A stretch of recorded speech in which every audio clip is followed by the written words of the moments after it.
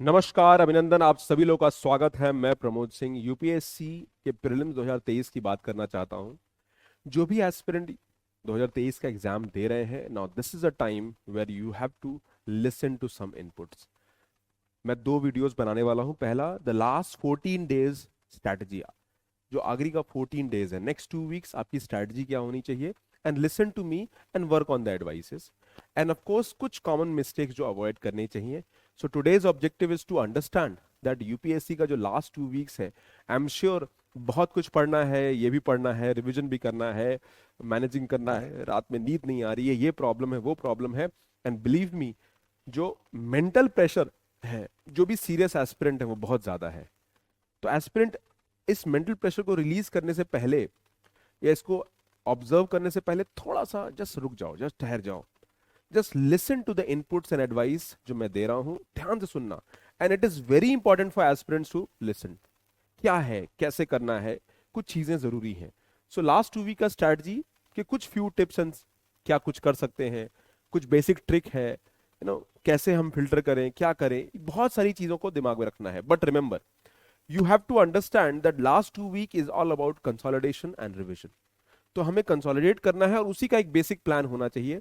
पहली बात तो मेंटली तैयार हो जाइए that this journey is all about the last 2 week. आखिरी के 2 वीक बहुत जरूरी है, जहां पे आपने जो भी अभी तक किया है पिछले 1 साल में, 1.5 साल में, 2 साल में, it is a time to converge and bring all your energies at one level. Positive रहिए, मोटिवेट रहिए, वो अपने आप को बताइए कि मैं यूपीएससी प्रीलिम्स निकाल सकता हूं या निकाल सकती हूं। That is the first step that you should be keeping in mind. जब आपके दिमाग में ये सारी चीजें आती हैं तो आप नेक्स्ट लेवल पे जाइए। 28 मई 2023 डी डे है आपका, जहां पर आपको परफॉर्म करना है। Just remember the date and we already know that इस दिन पे हमें रेडी है। ना ब्रॉडर लेवल पे कुछ points you need to remember. पहला तो इस कुछ टाइम पे हमारा फोकस पूरा रिवीजन पे होना चाहिए। So I should have a planned revision schedule. मेरा एक प्लान्ड रिवीजन शेड्यूल होना चाहिए। और उस रिवीजन शेड्यूल में जो मॉक्स हैं, प्रीवियस ईयर क्वेश्चन हैं, जो आपने अभी तक लगाए हैं, अभी तक नहीं लगाए हैं तो मत लगाइए, अवॉइड दैट। टीसैट स्ट्रैटेजी क्या होनी चाहिए, उस पर भी बात करना जरूरी है। So revision schedule for prelims paper 1 and CSAT की क्या अप्रोच होनी चाहिए। And first and second reading, यानी हम रिवीजन में भी हम मिनिमम 2 रीडिंग की बात करेंगे। दैट मींस जितना भी हमने अभी तक रिवाइज किया है, I am going to revise every subject 2 times more. मुझे 2 बार और रिवीजन करना है हर सब्जेक्ट का, हर टॉपिक का जो मैंने अभी तक पढ़ा है। यानी नया नहीं पढ़ना है, हमें पुराना ही पढ़ना है। And that is all about consolidation. Newspaper नहीं पढ़ना है, अपने आप को दुनिया से अलग करो and try to focus on the effort. Importance of mock test, आपने जो टेस्ट दिए हैं उसी को दीजिए, इसमें भी आपको फोकस करना है। तो we have to understand all these aspect if you are looking at cracking the journey. इस जर्नी को क्रैक करने के लिए ये सारी बातों पे जरूरी है। पहला, प्रीवियस ईयर क्वेश्चन। क्या प्रीवियस ईयर क्वेश्चन का इंपॉर्टेंस है?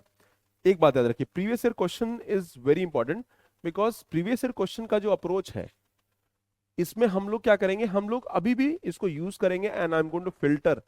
मेरा जो रिवीजन होगा इस पर जाएगा। दैट मीन्स लास्ट 5 ईयर का जो पेपर है, बिकॉज क्वेश्चंस रिपीट होते हैं, कॉन्सेप्ट्स रिपीट होते हैं। सो लेट्स से आपने last 10 years, 5 year to 10 year कर सकते हैं। तो अगर आप लास्ट 10 ईयर्स के प्रीवियस ईयर क्वेश्चन को रिपीट करते हैं तो मिनिमम आपको 3-4 क्वेश्चंस आपको रिपीट मिलेंगे हर एरिया में। और 3-4 question is a game changer.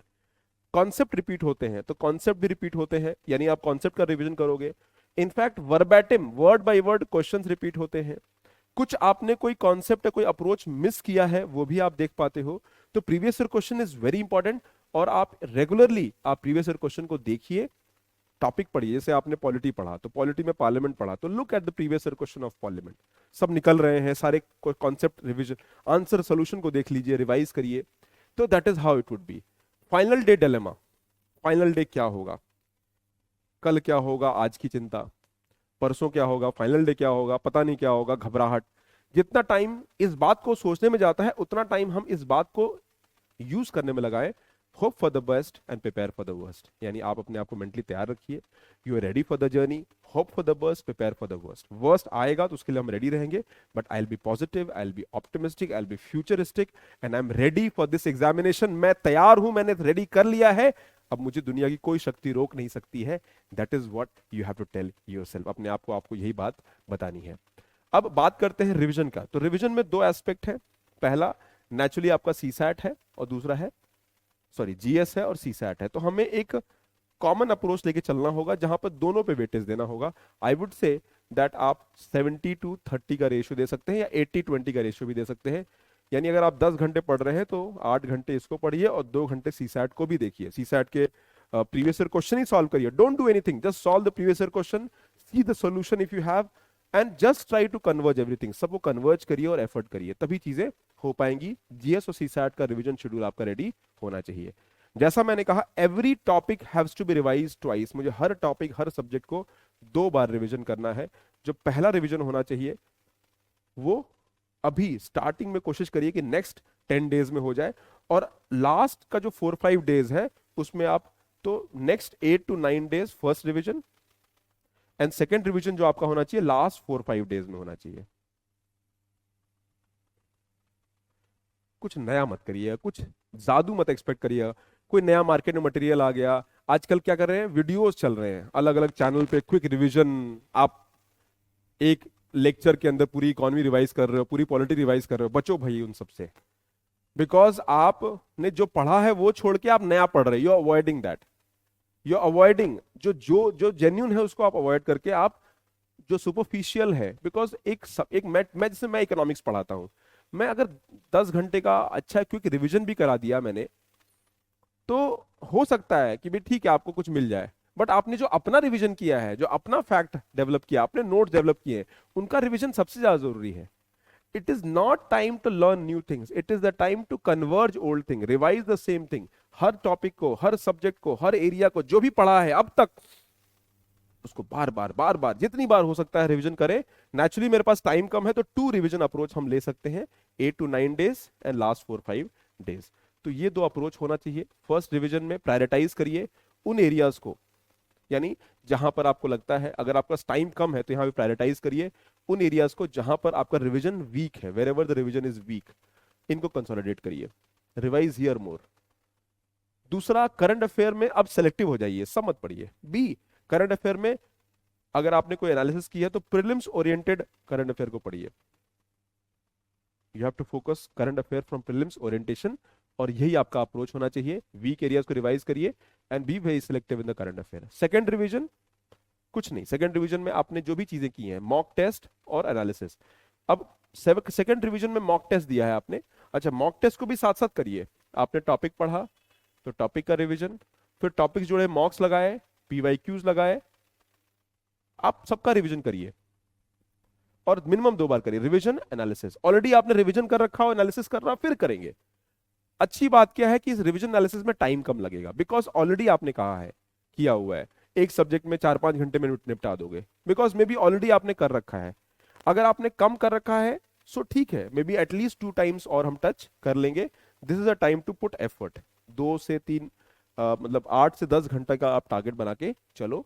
और फिर सीसैट स्ट्रैटेजी की बात करेंगे। सीसैट स्ट्रैटेजी में कुछ बातों का ध्यान रखना है, दैट सीसैट स्ट्रैटेजी में द बिगेस्ट पार्ट जो होगा वो होगा कि आप पीवाईक्यूज देखिए, प्रीवियस ईयर क्वेश्चन देखिए, और इनको एनालाइज करिए, इनको सॉल्व करिए, इनका analysis and solve them. So that is what you're supposed to do. PYQs का analysis and solving them is what would be require. और कुछ नया नहीं करना है, कोई जादू नहीं है। ये एग्जाम में 12-13 हजार लोग हर साल निकालते हैं। फाइनल टिप्स में यही है, CCC, consolidate, converge and confirm. Consolidate करिए, सबको कन्वर्ज करिए, एक जगह लाइए, मल्टीपल टाइम रिवाइज करिए। जो आपने शायद 10,000 पेज पढ़ा है उसको 100 पेज पे ले आ देना है, right. Also practice is the key. बार बार जितना रिविजन कर रहे हैं, अब नया प्रैक्टिस नहीं करना है, जो ऑलरेडी प्रैक्टिस किया उसी का रिवीजन करना है। And don't get demotivated, happy without mock scores. Mock score कभी आए होंगे, कम आए होंगे, ज्यादा आए होंगे, फर्क नहीं पड़ता है। कम आए हैं तो भी कोई बात नहीं, ज्यादा आए हैं तो भी कोई बात नहीं।